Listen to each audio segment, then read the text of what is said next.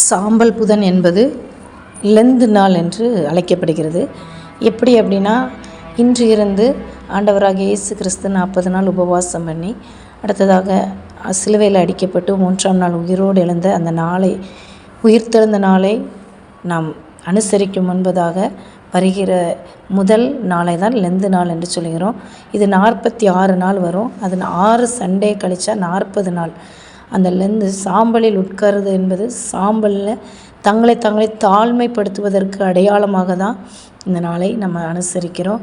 விசேஷமாக இது எப்படி அப்படின்னா, கடந்த காலத்தில் போன வருடம் குருத்தோலை நேயர்களை அனுசரித்து அந்த குருத்தோலைகளில் நம்ம குருத்தோலை பவனி ஏந்தி செல்லுகிறத அந்த ஓலையை வைத்து அதை இன்று எரித்து அதை சாம்பலாக்கி அதை நெற்றியில் ஒரு சிலுவை அடையாளமாக அந்த சாம்பலை பூசிக்கொள்கிறதாக இருக்கிறது. ஆனால் இப்பொழுது ஆண்டவராகிய இயேசு கிறிஸ்து எல்லாவற்றையும் நமக்காக அடிக்கப்பட்ட ஆட்டுக்குட்டியாக அவர் ஜீவனை கொடுத்திருக்கிறார், உயிரோடு எழுந்திருக்கிறார். ஆகவே நாம் என்ன செய்ய வேண்டுமானால், நாம் செய்த தவறுகளுக்காக ஐயோ தப்பு பண்ணிட்டேனே என்று வருந்தி கொள்ளாதபடிக்கு தேவ சமூகத்தில் மனது குறுகி ரெட்டுடுக்கிறது என்னென்னா, நாமளே தாழ்மைப்படுத்தி பாவங்களை அறிக்கையிட்டு தேவ சமூகத்தில் மனம் திரும்ப வேண்டும்.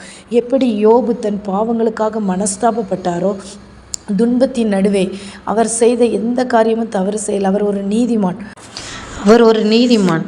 ஆனால் அவர் தேவனை ஞான கண்களினால் பார்த்து சொல்கிறார். தன்னுடைய அறியாமையை உணர்ந்து நமக்குள்ளே இருக்கிற ஆணவம் ஒருவேளை இது தடையாக இருக்குமானால் அவைகளை நீக்க வேண்டும் என்று சொல்லி தேவ சமூகத்தில் மிகவும் பணிவோடு மனம் திரும்பி தாழ்த்துகிறதை யோபுனுடைய புஸ்தகத்தில் வாசிக்கிறோம். எல்லாரும் பாவம் செய்து தேவ மகிமையற்றவர்களாகி இருக்கிறாங்க. ஆனாலும் இந்த நாளில் நாம் சாம்பல் புதனை ஆசிரிக்கிற நாம் தேவ சமூகத்தில் மனஸ்தாபப்பட வேண்டும் என்று சொல்லி வேதத்தில் பார்க்கிறோம். அது மாத்திரமல்ல, யோனா புஸ்தகத்தில் வாசிக்கும் போது யோனா 3ஆம் அதிகாரம் 6ஆம் வசனத்தில் நினிவேயின் ராஜா தேவ எச்சரிப்பை கேட்ட உடனே தன்னுடைய சிங்காசனத்தில் விட்டு எழுந்து சொல்லியிருக்குது. அந்த நினிவே ராஜாவுக்கு சிங்காசனம் ஒரு மேன்மையான இடம். அந்த மேன்மையான இடத்தை கூட தேவ சமூகத்தில் தன்னை தாழ்த்துவதற்கு அதை விட்டு எழுந்து அந்த சாம்பலில் உட்கார்ந்து அப்படி பார்க்குறோம். ஆகவே தேவ சமூகத்தில் இருக்கிற நாம் ஆண்டவருடைய சமூகத்தில் எப்பொழுதும் உலக காரியங்களை பார்த்து ஓடாதபடி நம்முடைய காரியங்களை எல்லாம் ஒதுக்கி வைத்துவிட்டு தேவ சமூகம் தான் மேன்மையான இடம். ஆகவே அதை இழந்து விடாதபடிக்கு அதை பற்றி கொள்ள நாம் இன்று ஆயத்தப்பட வேண்டும். அந்த மேன்மையாக இந்த உலகத்தின் காரியங்கள் எதையெல்லாம் நாம் எண்ணுகிறோமோ அதையெல்லாம் ஒதுக்கி வைத்துவிட்டு தேவ சமூகத்தில் அவருடைய இரக்கத்திற்காக அவருடைய பாதபடியில் கீழ்ப்படிந்து மனம் திரும்ப வேண்டும் என்பதை இந்த நாள் நமக்கு உணர்த்தி. ஆகவே தேவ சமூகத்தில் நாம் காத்திருக்க வேண்டும்.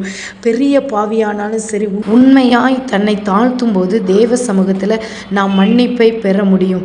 ஆகவே நாம் நினிவே ராஜாவை போல தேவ சமூகத்தை விட்டு பிரியாதபடிக்கு அந்த கீழ்ப்படிதலை கர்த்தர் நமக்கு கொடுப்பாராக.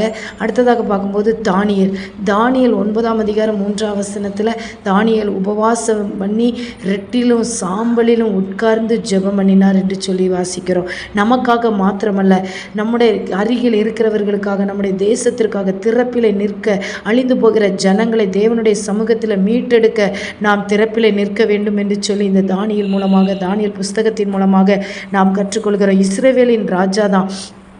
இஸ்ரவேலின் ஜனங்களுக்காக, அந்த இஸ்ரவேலின் ஜனங்கள் சிறையிருப்பில் இருந்து இன்னும் தீர்க்கப்படவில்லை, மீட்கப்படவில்லை என்பதை, அந்த 70 வருஷம் முடிந்து ஆகிவிட்டது என்பதை தானியேல் அறிந்தபோது தேவ சமூகத்தில் ஜெபித்தான்.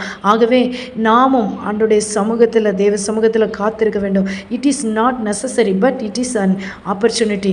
தேவனிடத்தில் நாம் மனம் திரும்ப வேண்டும். ஆவிக்குரிய வாழ்க்கையில் வளர இது ஒரு வாய்ப்பு.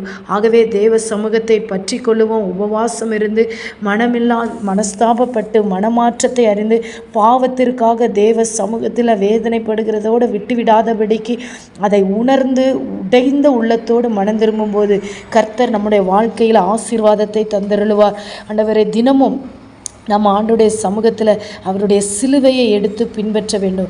தன்னைத்தான் வெறுக்க வேண்டும். சுய காரியத்திற்கு முக்கியத்துவம் கொடுக்காதபடி அதை மறுத்து தேவ சமூகத்தில் நாம் தியாகத்தோடு அவருடைய வார்த்தைக்கு கீழ்ப்படிந்து ஆண்டவருடைய சமூகத்தில் இருப்போமானால் மண்ணான நம்மை தேவன் எப்படி மகிமையாய் மாற்றினாரோ, இன்று வரை மகிமையாய் நடத்தி வருகிறாரோ, அதை சொந்த காரியங்களை விட்டு சிங்காசனத்தை விட்டது போல நாமும் தேவனுக்கு நேரம் செலவழித்து ஜெபித்து இருதயத்தை தேவனுக்கு நேராக திருப்பும்போது நம்முடைய வாழ்க்கை மிகவும் பிரயோஜனமுள்ளதாகவும் அநேகருக்கு ஆசீர்வாதமாகவும் மாறும். இந்த காரியங்களை தினமும் நம்முடைய வாழ்க்கையில் ப்ராக்டிஸ் பண்ணணும்னா ஆவிக்குரிய வாழ்க்கையில் வளர்ந்து அநேகருக்கு கனி கொடுக்கிறவர்களாய் தேவனோடு இசைந்து வாழ கர்த்தர் உதவி செய்வாராக. ஆமேன். God bless you.